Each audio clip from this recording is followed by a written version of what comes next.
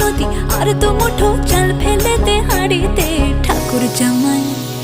ঠাকুর জামাই এলো বাড়িতে, ও ননদি ঠাকুর জামাই এলো বাড়িতে।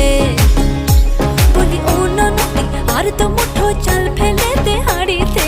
ঠাকুর জামাই এলো বাড়িতে, ও ননদি ঠাকুর জামাই এলো বাড়িতে।